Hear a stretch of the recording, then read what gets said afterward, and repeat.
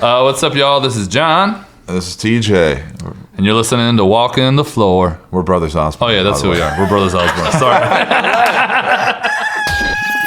I'm walking the floor over you. Walking the floor. I'm walking the floor. Walking the floor over you. Hola, senors and senoritas. You are listening to a fine episode of Walking the Floor, and I am Chris Shiflett, your host, as always. Today I'm coming to you live from a hotel room in Billings, Montana, where I am happy to report that it's fucking freezing outside, man. It's like a Game of Thrones episode out there. I feel like a White Walker. You can probably tell I've been binge watching a lot of Game of Thrones. I'm trying to catch up. Trying to catch up to my wife and kids. Anywho, it's actually kind of sunny and beautiful outside, but it is really cold up here, and I'm thin-skinned. I'm from California. I don't know what to do in this kind of weather. That said, tour is, as always, fantastic. We've been hitting lots of places we haven't been for a long time.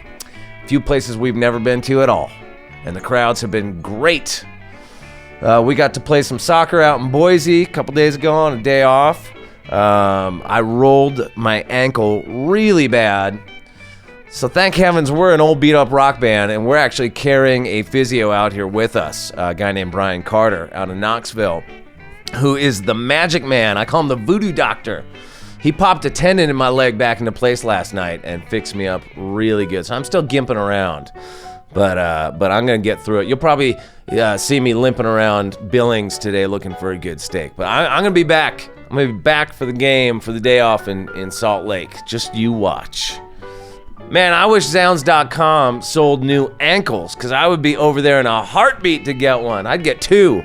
I'd get three. I'd make sure I had a backup. But that's not what Zounds.com does. They sell musical gear, guitars, picks, strings, keyboards, whatever you need. Zounds is the place to go, because at Zounds, you get to talk to real musicians, not salespeople. They don't work on commission. Get over there, Zounds.com. Okay, all that aside, as always, there's no shortage of crazy stuff happening out in the world. I'm talking to you, President Trump. But the craziest for me is that Southern California, where I live, is filled with raging wildfires right now, and they are still struggling to get that under control. Hopefully by the time I post this on Monday, it'll be a little bit better of a situation, but it's really tough out there right now. I know a bunch of my friends have been evacuated. Not the least of which is my buddy Bill Armstrong, co-founder of Side One Dummy, the label that puts my records out. And more importantly, Bill's just one of my dearest, closest, oldest friends in the entire world. We grew up together. We grew up playing music together. And he lives up in Ojai and had to split. So here's hoping that he still has a house standing when this whole thing's over. And I hope all his horses and chickens and goats and everybody makes it out alive too. I'm thinking about you, Bill. All right. Let's get on over to today's interview.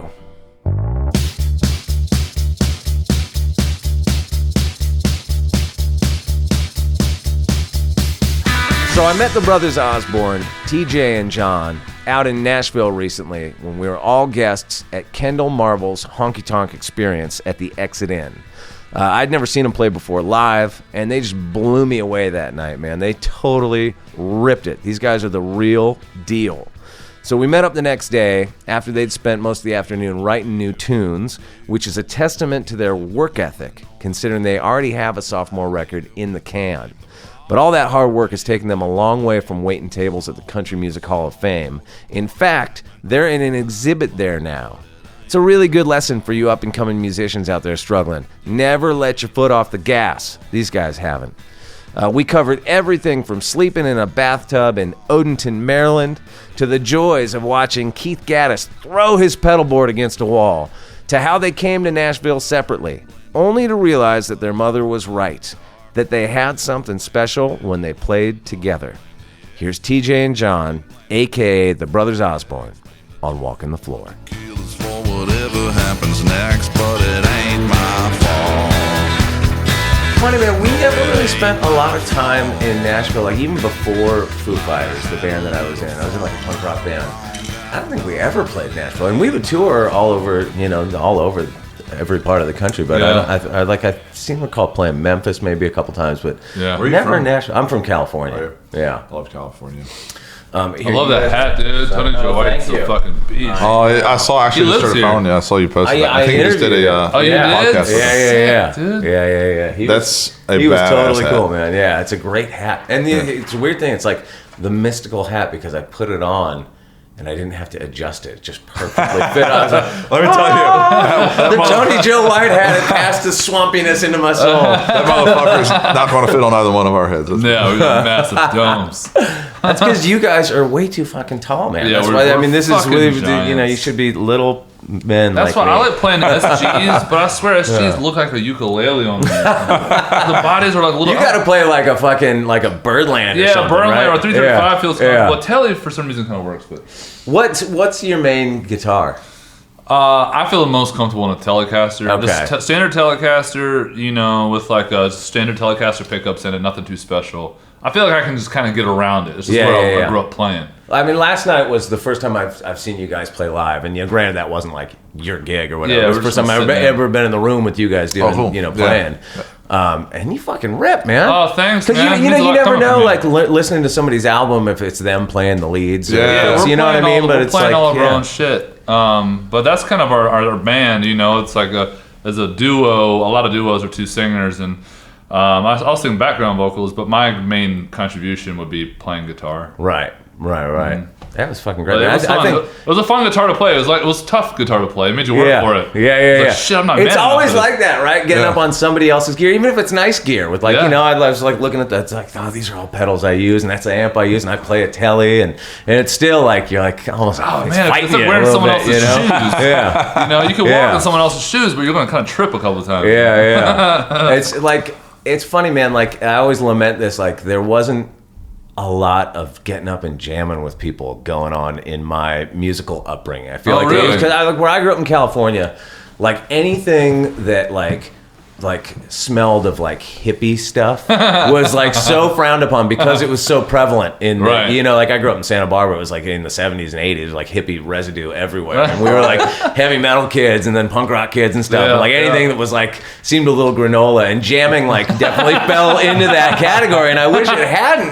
Like Yeah. I get the feeling living here, Yeah. people, and especially Nashville with such a high level of musicianship, just all around. I feel like there's more. You could just go and do that every night of the week if you Yeah, want we to used get to on. do it. We did Is it a that- lot, was- yeah. Really? Yeah, that's something that was like fun about last night. I mean, we just jumped up on stage. We never really played with those guys that much, but Right. everyone, you just always. It's like, I think it's like what's really exciting about it, at least in that setting. It was just kind of like, just hold on to your britches and go. I mean, Right.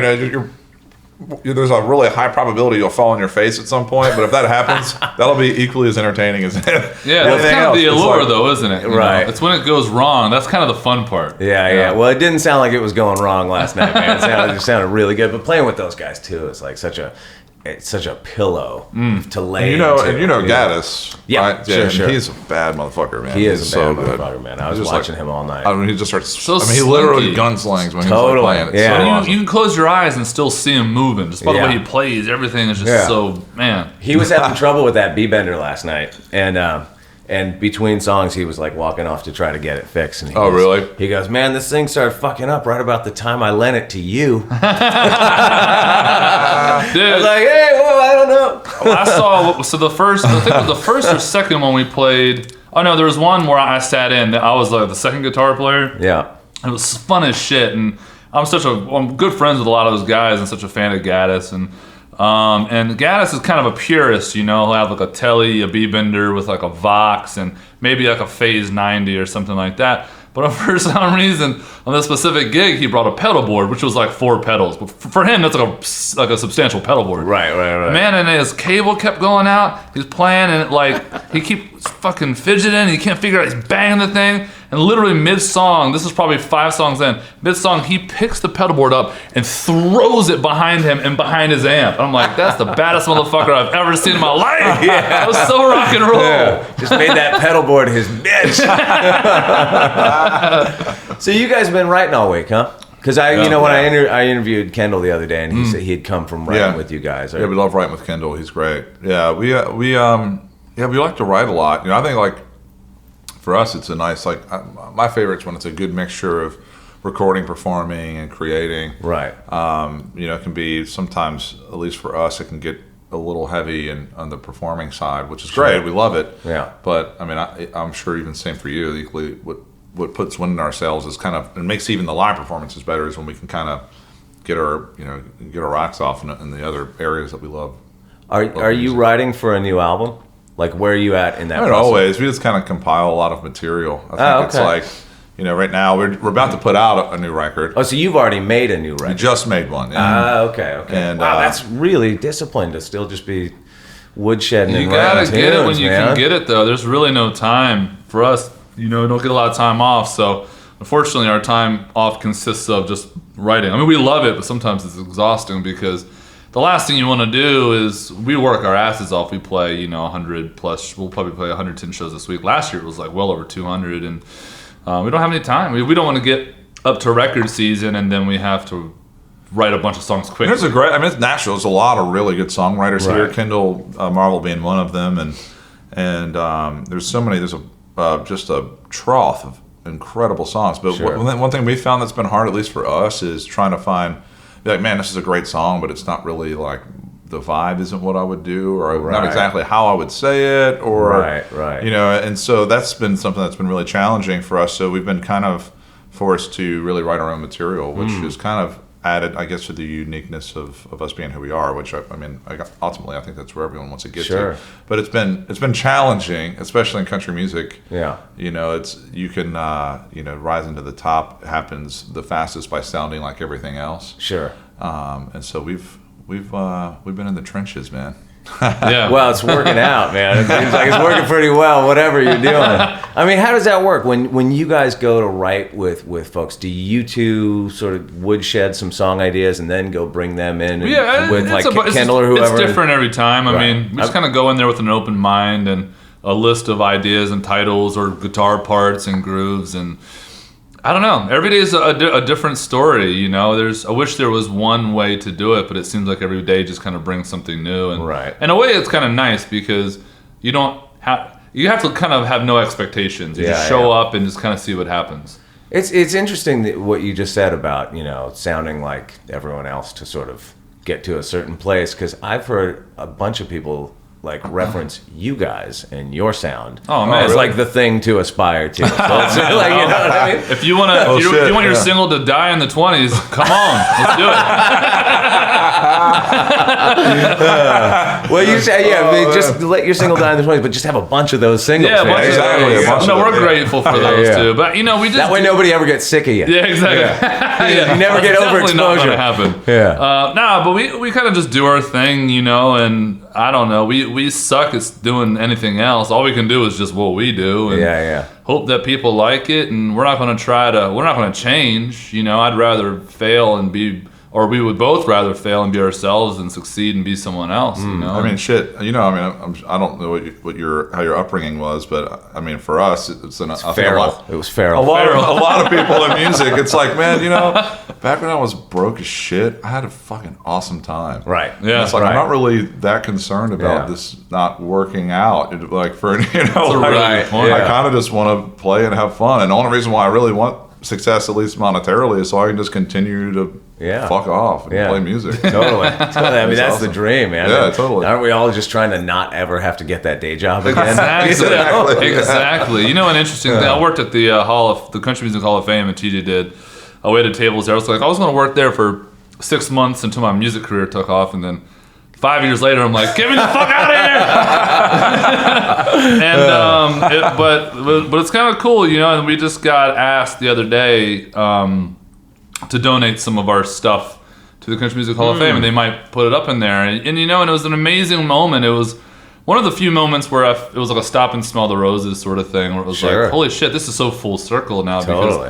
Because just years ago, we were working down on the first floor and we were waiting tables and doing catering and that being should the be guy. In your exhibit, like you, with a tray of drinks. and here they want to put some of our stuff up in there, and it's like that was a cool moment. I was like, all right, all the hard work has paid off. I feel like we're good. If it all ended today, you know, we couldn't be happier. Here's the black tennis shoes you made me wear when I bust tables. Yeah. There you go. Yeah, put those right in there next to my telly. You know. So did you make your new record with Jay Joyce? Yeah, again? Jay Joyce. Yeah. Oh, nice. Did you know that he, just to bring this full circle to our jam sesh last night, you know, he played on that Wallflowers record, like the big one. Yeah, that's him on One Headlight. And all that which is sick. Yeah, which is crazy to think, you know. And there we were jamming with Rami last night. It's just a big circle of That's insane, rock. dude. It is. That is kind of weird, actually, isn't it? I never really I didn't put that together. Yeah, and Rami told me that at that time he was just like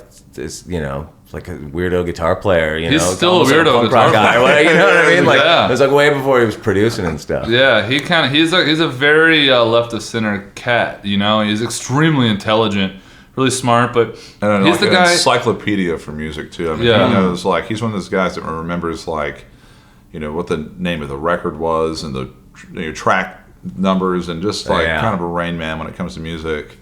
God, we just recorded. We actually went down.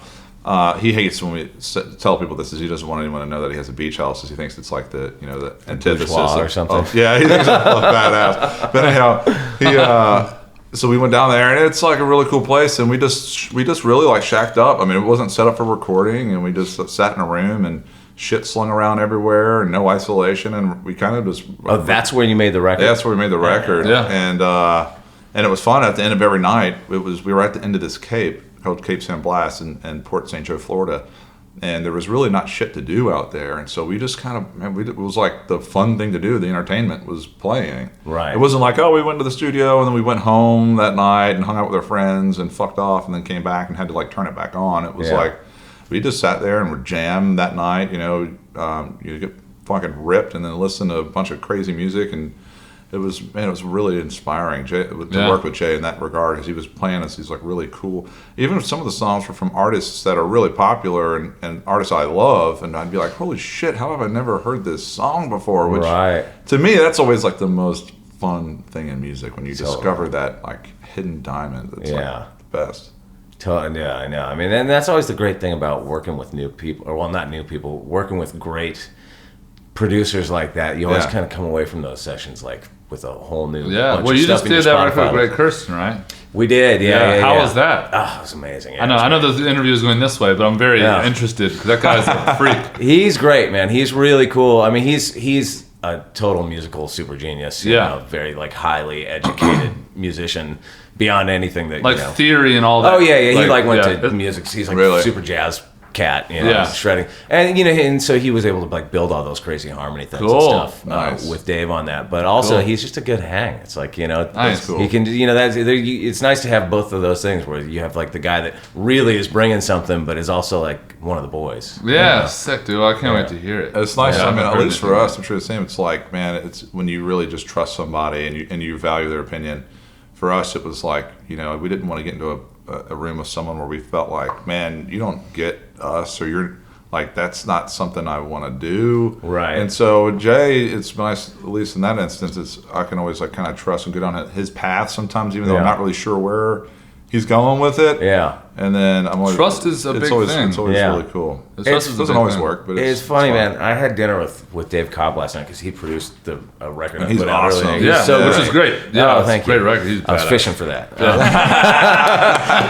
But there were things over the course of making that record that there was a few moments there where I was like a little uncomfortable about, you know, suggestions he made or whatever, and he really like had a huge impact on song structure and all that stuff. Yeah. And but in hindsight, like those are all the things that I like the best about that record, were the things where he pushed me into territory I was totally a little agree with uncomfortable that. going to. You know what I mean? I've come out of working on doing records. I feel like that's where I learn the most. Yeah. Because it's just like, you by design, you have to just kind of pick up on what the producer is doing, and it's like, if you're working with a producer, you gotta like trust them and respect them for what they have, and otherwise you just do it yourself. You know, you're bringing a producer in because you believe that they have something that you don't. Right. And man, those are the moments I love. I relish those moments when Jay tells me to do something that I think is completely fucking ridiculous. And I do it, I'm like, holy shit, that was awesome. Right. I never would have expected that. That's really cool. That's why he's the producer. That's why he's the producer. Yeah, I mean, if they just said a bunch of shit you agreed with, it's like, what the fuck? Yeah, why would they do Right, that? yeah, totally. Yeah, I mean, it's for the collaboration. So when you were making your second record, how do you put the sort of pressure of success and, we're doing it again? How do you put that out of your head?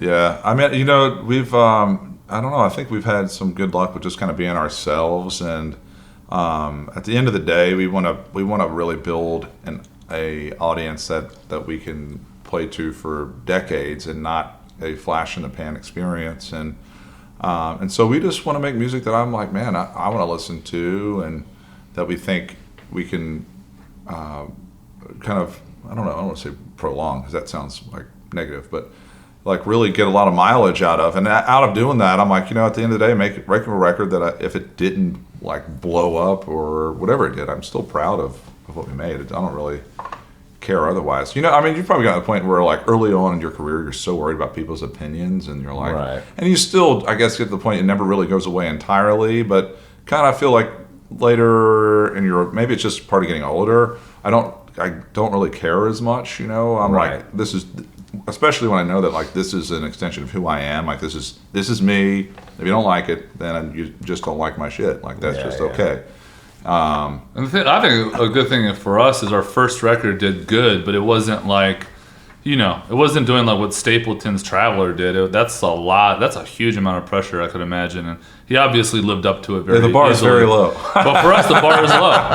Exactly. So it's like, it was also a very slow climb too. It kind of went from like, okay, there's this band that they're kind of cool doing their own thing, and then our success was very gradual. So I think our trajectory is good. I don't think it's all of a sudden we were obscurity, and then all of a sudden it was like, selling a couple million records. It's actually very smooth and easy, I think. So there really isn't too much pressure, and also I think the industry kind of just wants us to keep being ourselves. I feel like if we relied solely on having a bunch of radio hits and having to play that radio game, that might be kind of hard. You're constantly trying to keep up with that, but the industry overall, and even our supporters at radio, they just want us to do our thing, and right. I think we're lucky because of that. For sure.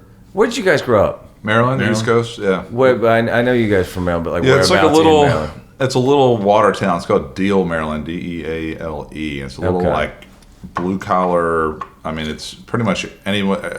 About everyone that lives there is either like an electrician, or plumber, or fireman, or fisherman. Fisherman. Yeah, it's just like kind of very, very blue collar. Like 5,000 people. There's more boats than people in town, probably. And it's about an hour south of Baltimore, hour east of DC. I don't know if you know, but I have Maryland roots. You do? Really? Where? Well, it's been a while, but I lived there when I was really young. Like when my parents first. No, they weren't quite divorced yet, but. My dad got a our job parents are back divorced there. too. They're Oh my divorced there. God. Yeah, we could be related. Maybe we're cousins. No, so my dad got a teaching gig back in Maryland. We moved back to Laurel. I think we lived in Silver Spring before that, but I don't remember any of that. But we lived in Laurel on and off. And then my parents got divorced. My mom went back to California. And then we kind of pinballed back and forth. Nice. And then when I was right like on. 6, I moved back to California for good. So I have these very How do fuzzy memories of being a little kid on 8405 Holly Street in That's Laurel, crazy. Maryland. I was born, so we grew up in Deal, but I spent the first 2.5 years of my life in Odenton, Maryland, kind of in that area in a trailer park. I slept in a bathtub. So it's the American dream. Nice, man. baby. It's so funny because I went back. I could always remember our street address for some reason, and I literally did not go back to Laurel, Maryland until like 10 years ago. No shit. Yeah. No, Did you go back to your street? Yeah, because I was in D.C. and my wife was with me. And my kids were real small at that point.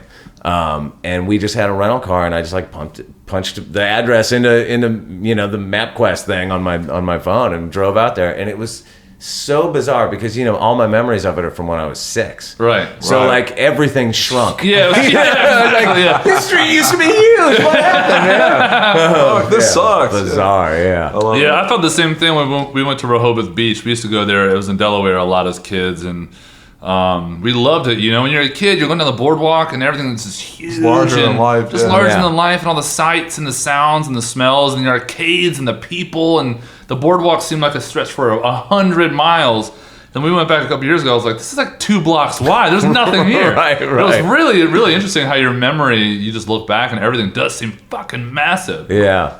So what was the thing that got you guys into music growing up? Like, what are your early childhood music memories? So we kind of grew up with music around. You know, both of our parents wrote, and they even came to Nashville many times. They both wrote music. Yeah, they wrote songs, and really? I think that's kind of like, you know, the story always changes as to how they met. But I think part of why they really kind of took a liking to each other is they had a lot of similarities in their drive, and they came down here, and you know, and it was hard for them to make it happen. I mean, they had 5 kids, you know. Right. So they were country music. Well, they writers? were just music. They wrote country, a lot of country songs. I don't know if you know, like they had like Danny Gatton. I don't know if you're familiar with him, Sure. telly player. Yeah. Was he a Maryland guy too? He was a Maryland guy. DC, yeah. And so they had like, it's actually pretty cool. They have like some of their old demos where Danny Gatton's playing guitar on it, which is badass. Yeah. Wow. And they came down, you know, here many, many times, and we just were kind of always around it, and we always heard about Nashville when we were kids, and I think John, our Uncle Bill, and my dad would always sit around in the kitchen and play guitar, and John wanted to join in, but they didn't let John join unless he learned a song. And so I think he learned like the bar chords to Freebird. Yeah. Typical. That's where I'm screwing up, is because I nag my kids to play guitar, and so they don't want to. I got to tell them they psychology. Can't. Totally, that's the whole deal. Don't you dare touch that guitar. Yeah. Then he's like tapping like by his head, like damn. All right. Funny. And anyways, I'm kind of digressing, and we were around it. They played, and we kind of started singing and playing guitars, and from an early age, and we kind of always we didn't really realize till later in life that we thought that was just a normal thing. I guess at one point that probably was, but right. You know, a lot of people had pianos in their homes and sure. singing hymns and whatnot. But we kind of grew up around that, and then so it was just kind of, it was never really like a flipping a switch, like let's do music. It just was kind of always there, right? And you know, and John and I, when we first started playing in town, we were doing different projects. He was in a band, I was doing a solo thing, and people would always kind of talk about us. When you first were in Nashville? Yeah, when we first started really going out and playing here. Okay. And people would always, because we came down separately. Really? And people would always kind of talk about, man, you two together, there's like something there. And we never really thought about it because we'd been doing it since we were kids. Right. So it was like, to us, it was, you know, our mom was telling us that the whole time, I guess. But wait, were you guys not like playing in bands together in high school? We did. And that sort of we thing? did growing up. We were in a band with our dad. I skipped over a lot of years, but right. We were in a band called Deuce and a Quarter with our dad and Big John. And yeah. I played upright bass, and John played telly and some lap steel, and we played the local bars around there in our hometown of Deal. And upright bass, man, that's a tough gig. Oh, dude, it is. That's just tough getting to and from the gig. That is the gig. Yeah, it is. Like you show up and like, fuck. Oh man, yeah, I sympathize for any upright bass player, but we so we moved down here, and then it was, man, we were here for years and years, and just writing songs and getting told no, and just getting, you know, wiping the dust off and getting up and going at it again. And then we finally were like, man, let's do something together. And then when we did that, it really took off for us. It started kind of all falling into place at that point. It was something we like, I don't know why we tried to deny that. I think we were like trying to, you know, make it on our own. Right. Well, when you first moved here, were you both trying to make it as like artists, or were you, or songwriters, or both, or kind of? I was in a band for a while with a couple of musicians, and like going back to jamming. They lived in the house across the street from where we lived, and we just jammed 5 times a week. We were just over there getting stoned and playing music all night. And there was a band called King Billy. It was a guy named Charlie Worsham. I don't know if you know Charlie or not, but he was in the band. He's an incredible musician. A bunch of other great musicians, and we traveled the country. And TJ and I wrote quite a few songs for that band. So we wrote a lot together. We were signed to the same publishing company, Chrysalis, at the time. And when that ended, we just happened to be playing shows together. Right. We didn't think it wasn't really Brothers Osborne. We were just like, hey, let's play some shows. Let's play these songs out. And Actually, we called it Captain Kidd at the time. Captain Kidd after the liquor store in our hometown. Okay. And then we found out there's a band in I think Paris or something called Yeah. that. So you didn't change your name to Captain Kidd Nashville? Yeah. Nashville's Captain Kidd. Exactly. Country Captain Kidd. Yeah. And but then kind of the rest is history after that, and we're obviously terrible at finding out a band name because we basically took the Osborne brothers. I know. I was going to say, how like many the people worst. when you first started? I mean, I have to ask. Like, you probably gonna ask 1,000, but how many people showed up? Like, what the fuck? Well, you we guys aren't a played- bluegrass we band. played- You're way too young to be We've had the some Osborne shit brothers. going on. We played for a long time. People would heckle us. They'll go Rocky Top, ho ho ho, and you're like, you're not fucking funny, asshole. I've heard that a lot before. But we learned a version of Rocky Top, and we do to it just in confuse case, just to everybody confuse more. the shit out of them. Right. But we, early on in the country music world, you have to do these things. There's radio tours, Right. And they're really prevalent in country music. Sure. And we would show up, and no one knew who we are. We're newly signed. No one has ever heard of us. And then a lot of times we'll be like, welcome EMI artist Brothers Osborne, and they'll have a picture of us. Try to be welcoming. They'll have like 10 people there that are listeners that are only there for the free pizza. Right. But we have to play 5 songs or whatever. But they must have told an intern at a station. They were like, look, can you... the band's Brothers Osborne, just print a picture of them, hang it up. Be a nice welcoming banner. A nice welcoming banner. So it's like, welcome you, my artist, Brothers Osborne. And it was a fucking picture of the Osborne Brothers. Oh, no. Like these old bluegrass players. It So was, like, great. It was like, as soon as we walked through the lobby of this radio station, that this poor intern, her face just turned beet red. And she was like, "Oh shit!"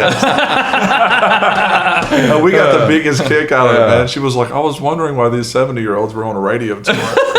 Well, now, pardon my ignorance here, but are the Osborne brothers? Is there a version of the Osborne brothers still out there working? Yes. Yeah.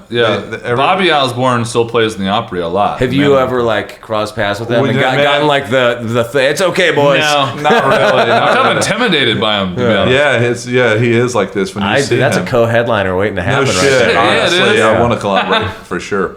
But I'm just waiting for a cease and desist letter. Or something. But when we passed him in the halls at the Opry, I was like, holy shit, I want to say hi to him. But he just looks like a boss, man. He walks through that hallway, he's just like, get the fuck out of my way. Yeah, he is. Some people project that image. Yeah, I was You're like, I'm just gonna let that He one go. looks like an old bluegrass James Brown. Right. He kind of puts that off. He's got the sunglasses, those kind of transition old glasses, dresses to the nines. I wouldn't fuck with that guy. Yeah. No. Yeah, those old cats are. They got they don't old play man around. strength too. Yeah, they seen some shit. We're all candy They ass know where all compared to the those pressure guys. points are. Yeah, exactly. Okay, so once you guys started performing together and kind of doing what we know you as, how long did it take to get a deal?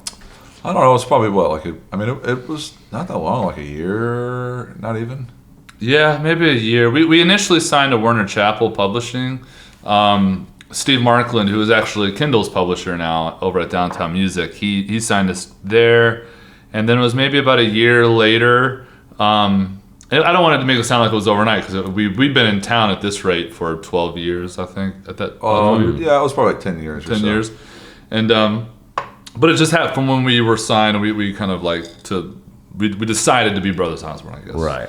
To say, and we initially didn't want to do a showcase at all, and we wanted to get great songs, and we wanted to hone what we were doing. We wanted to just be better musicians and performers, and it got to the point where labels were being pitched our songs as writers.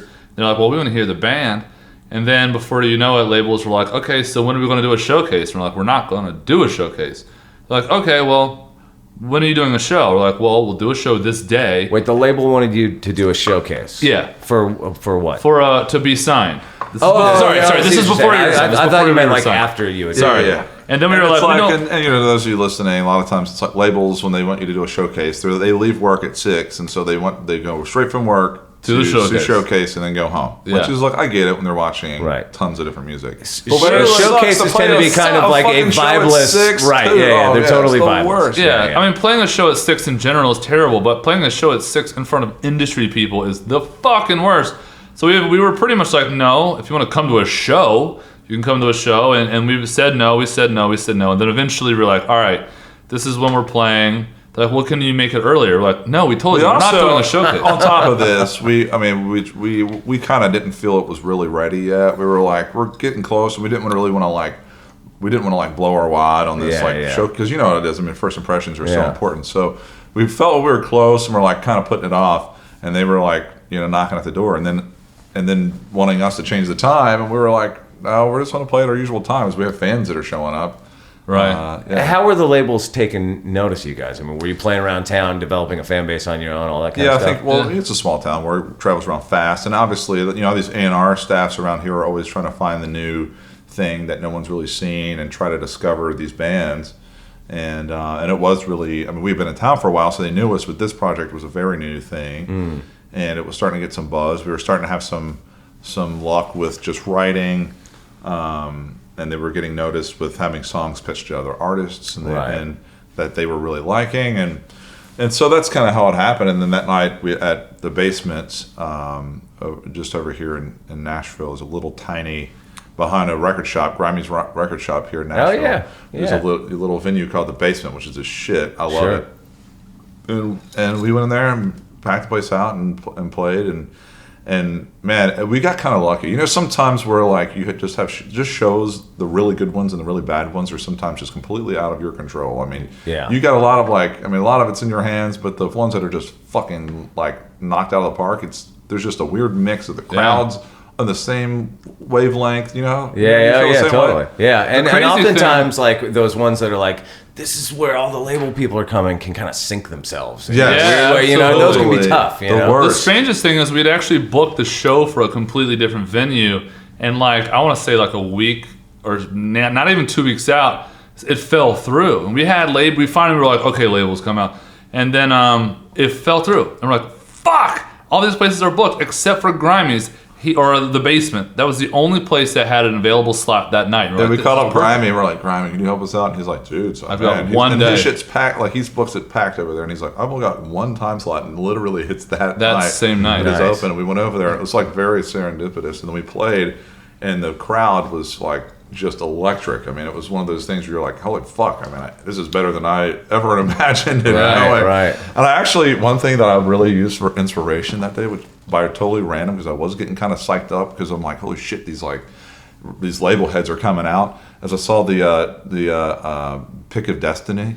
Hell yeah, dude. That movie? Fuck yeah. I watched that movie, and I was like, it just got me so fucking pumped up to play. The part where he's performing in his living room, and there's all these figurines with paper plates in their face, and he's getting heckled. And right. Yeah. I just remember thinking fuck, if he can play to that in his living room, I can play to these people in the basement. Kids, take note out there, all you young artists. This is what you do to get hyped up for your showcase. And it fucking rocked, man. It was awesome, and we got offers literally that night, and it's been an uphill climb ever since. Well, once you guys got your record deal, then what happens? What's that experience of dealing with a label? The thing now you've got all these fucking people. Crazy. Yeah, you get your record deal and you think, we've made it. That's the beginning. It's literally step one. Yeah. Someone said, this guy named Cliff Aldrich, he's a really good friend of ours in town, and he's one of our favorite advisors, because he's been around for so long. His dad was a in legend, the industry. signed the Dixie Chicks. They go way back, and he is one. Whenever I need advice, I'll call this guy, and he just seems to sum it up so well. And he called us up, and he was like, well, boys, congratulations. I just want to let you know that you haven't climbed the mountain. You've just gained access to the mountain. I was like, that's a really interesting way to put it. And a year later, I was like, that motherfucker was not kidding. I'm exhausted right now. As hell. No, and that's the thing. All of this stuff, I try to tell that to a lot of people that are kind of getting started in music and having some shit going on, because it's you think, damn, this is it. But it's just nothing but the most amazing opportunity. Right. You have to then work as hard as you've ever worked before. And as you know, it's you get there and it's holy shit. And then and at least how it's done in country music, they then kind of take you around on these radio tours, and they you start to build these relationships with some of the radio programmers and stuff. And it's really unusual, I think, from a lot of other genres, but it's actually really cool. We've had some weird experiences, but for the most part, we've actually become friends with a lot of these people. And and and a lot of people always hate on radio, but I've started to man, you guys actually know what's up. They're really cool. And then we could just kind of went from there. And then that was like getting a single out and promoting that. Our first single didn't do well, and then we put another one out. It was just like we always had these like really random like things that would happen. Like we'd seem like we were starting to lose steam, and then we would get like publishing something like an article in Rolling Stone or like something like, oh shit, like then we're back. Yeah, this is awesome. We got something going on, and then it would kind of fizzle out, and then we would be like, boom, we got a late night show, or it was always just kind of these random things that just kept happening that kept these like stepping stones. And it was weird when we first started out because all these other artists that had come out the same time we did were fucking flying by us with like tons of success. And they were doing, I'm generalizing, but a lot of them were doing songs that we kind of thought, man, that's like not what we really want to do. Like, I guess if that's good, if that's them, good on them. But we kind of felt like, man, I don't really want to change what we're doing to get into that lane of just, to going 100 miles an hour. So we just slugged it away for a long, long, long time. Why do you think you guys were able to do that in this industry? Like to make a record that was kind of more, a little different than what was on the radio, maybe not quite the same sound. I think we were lucky with our label, Universal. You hear these horror stories of, labels manipulating you and playing head games and then kind of like holding you for ransom and all this shit. But we were kind of lucky. They were just like, yeah, just do your thing. And we did our thing. And I don't know. That was just kind of it. There were some requests made by the label and we listened to them. And it wasn't anything like we were, we were, I don't know. We weren't changing anything about us, but they had some ideas that we thought were pretty interesting critiques. We're like, yeah, well, that's fine. That's an interesting way to think about it. But we never changed who we were or the way we write or the way we perform. And I don't know. I think we were just kind of lucky that the people around us and our label or our management, Q Prime and John Peets, that whole family over there is very supportive of its artists and lets them just be themselves. And I think it's all about who your surroundings are. And also, we like there's. I don't know how this is in any other genres, only because I really just know this one well, just because we're kind of in the middle of it. But I imagine it's probably the same with every genre. But there's people that come here that I don't think really give a shit about country music, and they're just wanting like, oh, fuck, I just stopped playing football and I wrote a couple songs and girls like me and I think I can do this. And you're like, oh man, like you don't know what the fuck you're doing. And then every once in a while, one of those dickheads has a bunch of success, and you're like, son of a bitch. And I think for us, it's like we grew up loving country music. Like we knew we like just lived and and ate and breathed this shit. And so I think there's a part of us where like we're a little different, but it is, and some of it even can veer into. We kind of grew up with a lot of different music, blues, and most people that love just music would listen to. Yeah, most musicians listen to everything. Yeah, even country music. So a lot of people, like I hate country music. It's like that's generalizing. You probably fucking love Merle Haggard or George Jones, right, sure. Chris Christopherson or whoever. Yeah. And so we kind of grew up listening to all that shit, and we tried not to forget about that stuff because I love like being a band that is part of taking music forward and it growing into something different and evolving. But we've always tried to really like be cognizant of where it came from, and this is like it is kind of it's weird. Country for the longest time it didn't. It was, if you did the slightest change, it was like blasphemy, and now it's like. Now it's become kind of like a safe haven for everybody.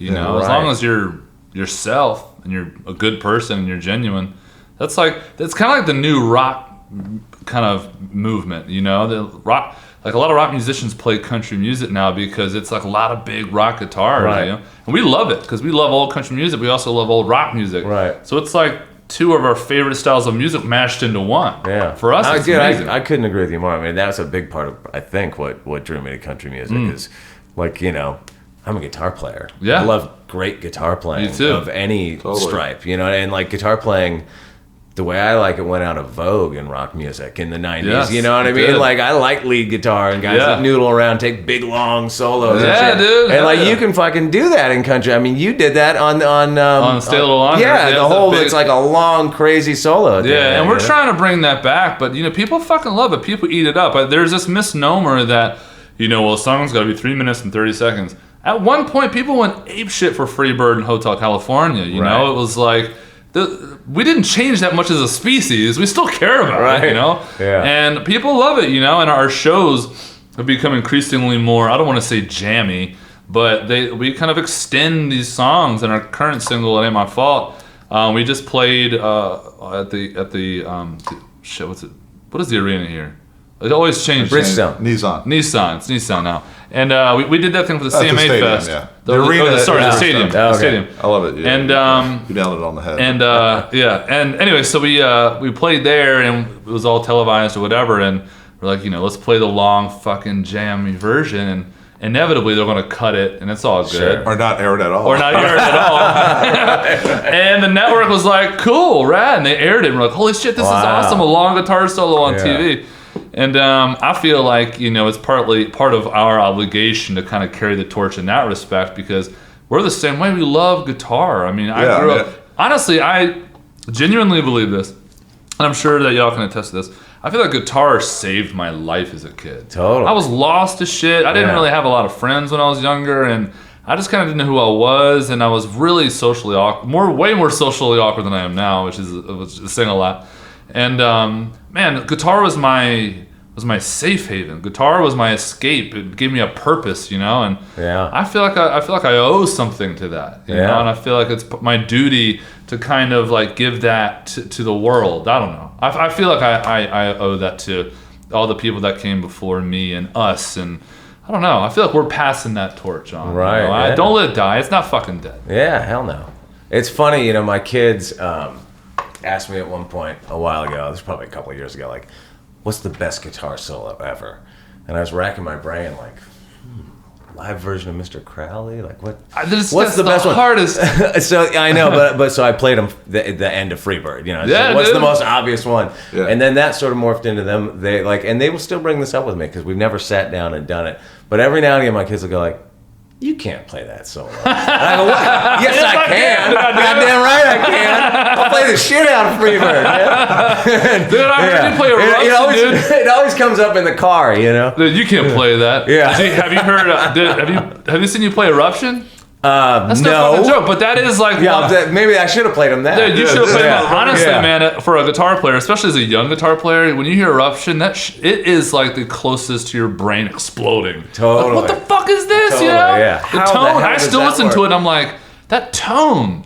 No one can still do that. No one can actually make it sound like that's that. the thing about those kind of guitar players like Eddie Van Halen. Like you can learn, you can sit there and like learn his licks, kinda, but nobody can ever make it Just sound like that. that. You know what I mean? It's just What he's the a true fuck, original. man? Or then you have like Hendrix, who's just like full. It's like tons of mistakes, but it's just so It hits you it's right so in the fucking gut. perfect. Oh It's like, yeah, or my Jimmy God. Page. I Couldn't mean, get any totally better. fearless. Like Yes. he's like, I think Jimmy Page is like a skateboarder that never quite lands his tricks. Yeah, but dude, he's jumping off the stairs anyway. Yeah, you know what I anyway, mean? absolutely. Yes, man, that right there is the most exciting shit, especially about a live show. That's why, man, Yeah. you come out, it's like, everyone's like, oh, their music, they can burn it and steal it, whatever their shit. And you're like, man, well, whatever, but you can't replace a live show. And that's Yeah, the thing. replace It's that. like, getting to that point.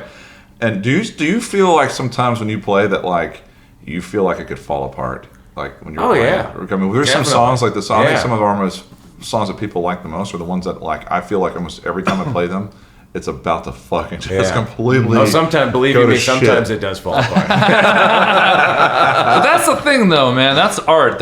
Art is not doesn't have to be damn perfect all the time, you know. And Well, we all got locked into this headspace of like the records have to be perfect. And everything's got to be Oh, great. yeah. It's Yeah. great to see people breaking from that. Oh, absolutely, absolutely, man. yeah. And I think as a kid, you wanna get better, so you fix your mistakes, right? Right. And that's fine. That's good. You're supposed to do that to be better at what you're doing, to hone your craft. But then you hear Jimmy Page and you hear him miss a note and a solo, and then that part kind of becomes your favorite part because it's like, Totally. holy shit, I'm listening to a guy that played a solo one time and it's set and now it's on that record forever. Yeah. And then that's it. And I'm like, this is fucking badass. I love those little things. And our record that we just did now, it was like, or the solo for Stay a Little Longer, Jay Joyce wouldn't let me replace anything. It drove me fucking nuts. It still kind of drives me nuts, but he's like, trust me, when you grow up, you're gonna hear all the little things that you don't like now and love it because it'll remind you that's who you are. Yeah. And then, but Plus, there's some kid woodshedding in his bedroom right now, trying to learn it Trying to learn exactly the way you played it. You know what I mean? notes and everything. Yeah. And then this next record, there are some notes where I just flat out missed. Like the second song, I don't know if it's the second song, but it's the second song in the sequence that we're listening to at the moment. And it's a long jam. We're like, Jay was literally like, let's just drink beer and get stoned and let's just jam it one night. And the jam section was just all of us jamming in a room. And the solo was one take, and I hear there's like quite a few notes that I just don't plant.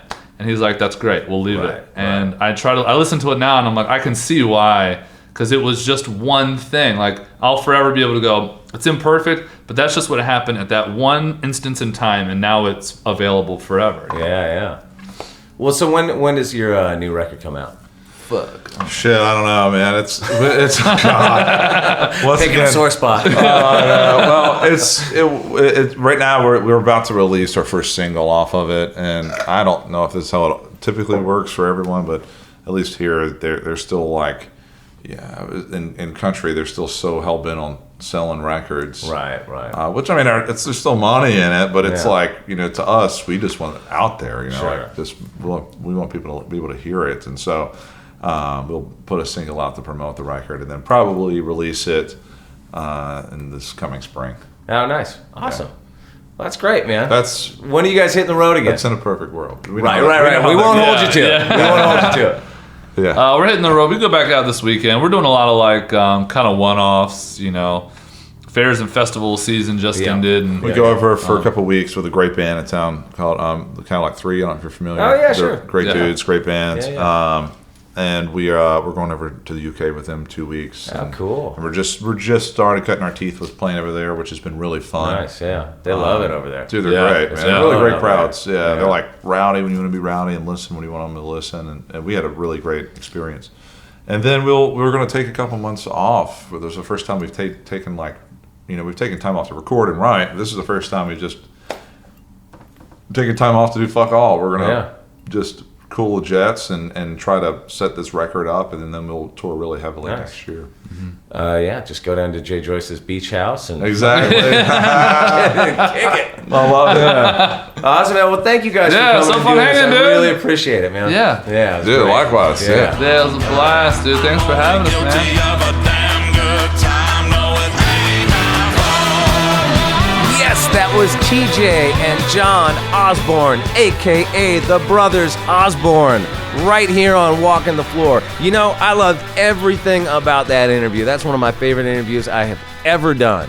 I think we laughed more in that interview than any other interview on Walking the Floor. But I think one of my favorite things that was said in that, it was John that said, guitar was my safe haven.